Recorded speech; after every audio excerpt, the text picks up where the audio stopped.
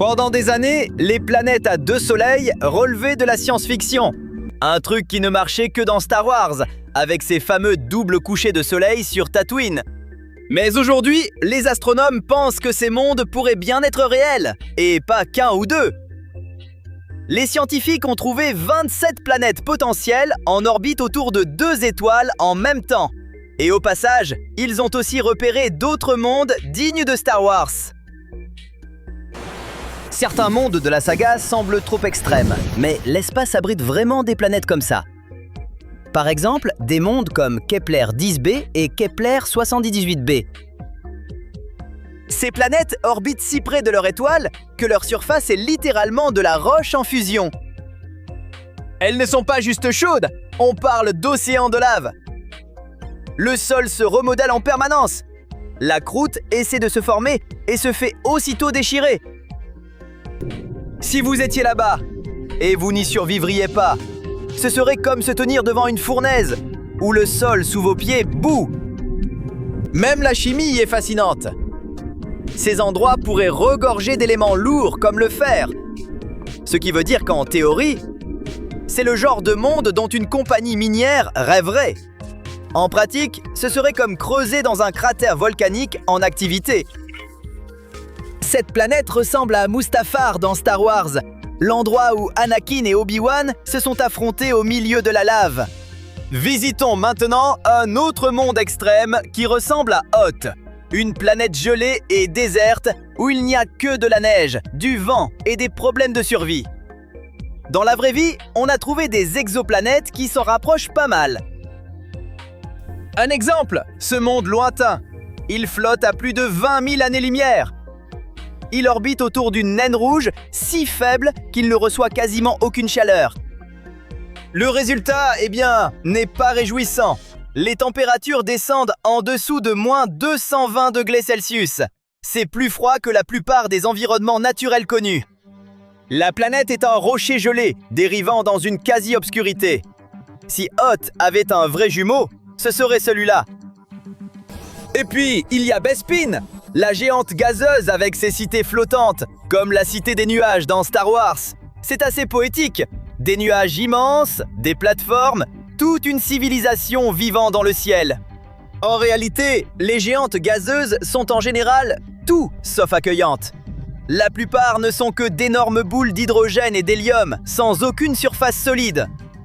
Mais les astronomes en ont trouvé certaines dans une zone plus intéressante. Par exemple, 47 Ursae Majoris b.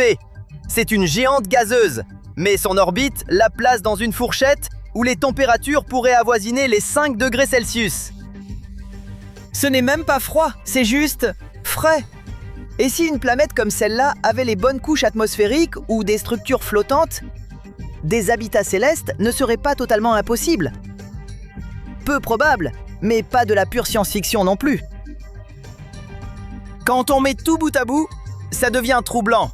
Les mondes de lave façon Star Wars existent vraiment. Les déserts glacés et hostiles aussi.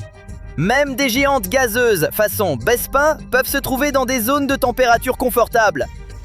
Et si Star Wars n'avait pas inventé ces environnements, mais les avait empruntés à la réalité?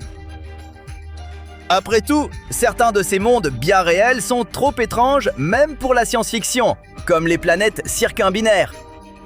Ce sont des planètes qui orbitent autour de 2 étoiles en même temps. Les astronomes ont désormais confirmé plus de 6000 exoplanètes. C'est un nombre énorme, mais moins de 20 d'entre elles sont circumbinaires. Imaginez notre Terre essayant de tourner autour de 2 soleils au lieu d'un. L'orbite deviendrait très instable très vite. C'est sans doute pourquoi ces découvertes sont si rares. La plupart des planètes sont détectées grâce à ce qu'on appelle la méthode des transits.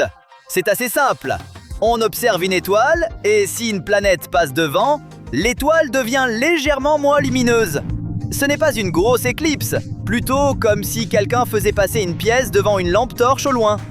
À partir de cette infime baisse de luminosité, les scientifiques peuvent déterminer la taille, l'orbite et parfois même la composition de la planète. Mais cette méthode a un gros défaut. Elle ne fonctionne que si l'orbite est parfaitement alignée avec notre point de vue. Si l'orbite est inclinée ou chaotique, ce qui est fréquent dans les systèmes binaires, la planète pourrait ne jamais passer devant l'étoile depuis notre angle, et on ne la verra tout simplement pas. C'est pour ça que les systèmes d'étoiles binaires sont compliqués. Pas parce qu'ils sont rares. En fait, la plupart des étoiles de l'univers vivent probablement dans des systèmes à 2 étoiles ou plus. Mais les planètes de ces systèmes ont souvent des orbites instables ou complexes, ce qui rend la détection encore plus difficile. Et pourtant, les astronomes ont réussi à en repérer quelques-unes. L'une des premières grandes découvertes a été Kepler 16b.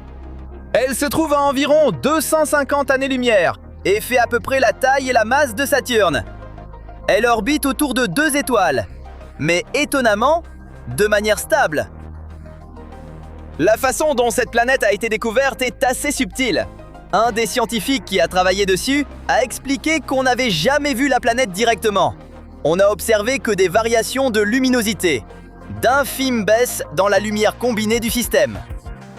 À partir de ce schéma, les scientifiques ont reconstitué ce qui devait passer devant les étoiles.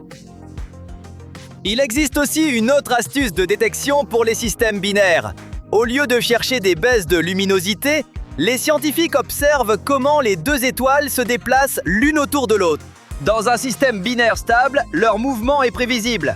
Mais si quelque chose d'autre, comme une planète, exerce une attraction sur elle, le rythme se décale légèrement. On peut observer de petits décalages temporels et des oscillations inhabituelles.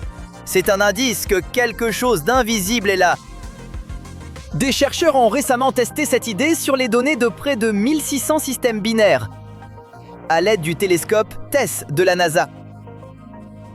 Ils ont trouvé 27 systèmes pouvant abriter des planètes, dont plus de la moitié seraient probablement plus petites que Jupiter.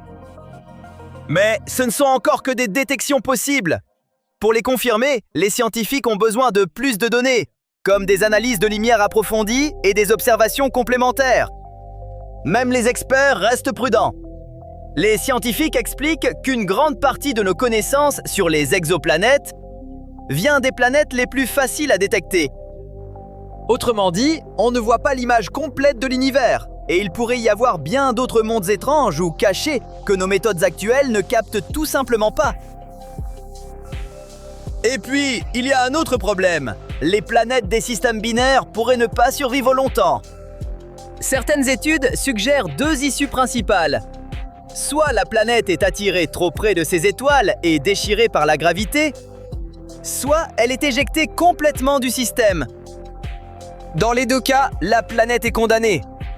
Donc, même si les planètes circumbinaires sont plus courantes qu'on ne le pense, elles pourraient ne pas durer assez longtemps pour qu'on les trouve facilement. C'est pourquoi les chercheurs essaient de nouvelles méthodes. Car la grande question est: combien de planètes se cachent sous nos yeux, simplement parce que nos outils ne sont pas conçus pour les voir? Mais on peut détecter d'autres planètes fascinantes autour d'étoiles simples. Et certaines pourraient même être propices à la colonisation. Comme une planète candidate appelée GJ 887d. Elle n'est pas très loin de la Terre, à seulement 10,7 années-lumière. Les scientifiques l'appellent une super-Terre, car elle est plus grande que notre planète et assez massive pour avoir une forte gravité et une atmosphère épaisse. Un autre avantage, son étoile n'émet pas beaucoup d'éruptions. Les grandes éruptions stellaires peuvent arracher l'atmosphère d'une planète. Donc, moins il y en a, plus la planète a de chances de conserver son air, son eau et peut-être même la vie. Une autre exoplanète potentiellement habitable est Gliese 667 CC. Elle n'est qu'à 22 années-lumière de la Terre. Cette planète est environ 4 fois plus massive que la nôtre et fait le tour de son étoile en 28 jours.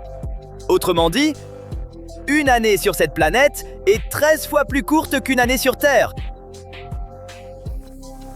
Heureusement, l'étoile est une naine rouge froide. Donc l'exoplanète se trouve très probablement dans sa zone habitable. Une région autour d'une étoile où une planète pourrait avoir de l'eau liquide. Mais il y a toujours un risque que ce monde soit régulièrement grillé par les éruptions de son étoile. Et c'est bien le problème. Plus on découvre de planètes, moins notre système solaire semble normal. Des mondes avec des océans de lave, des soleils jumeaux et des tempêtes géantes ne sont peut-être pas si rares. Et on vient à peine de commencer à chercher.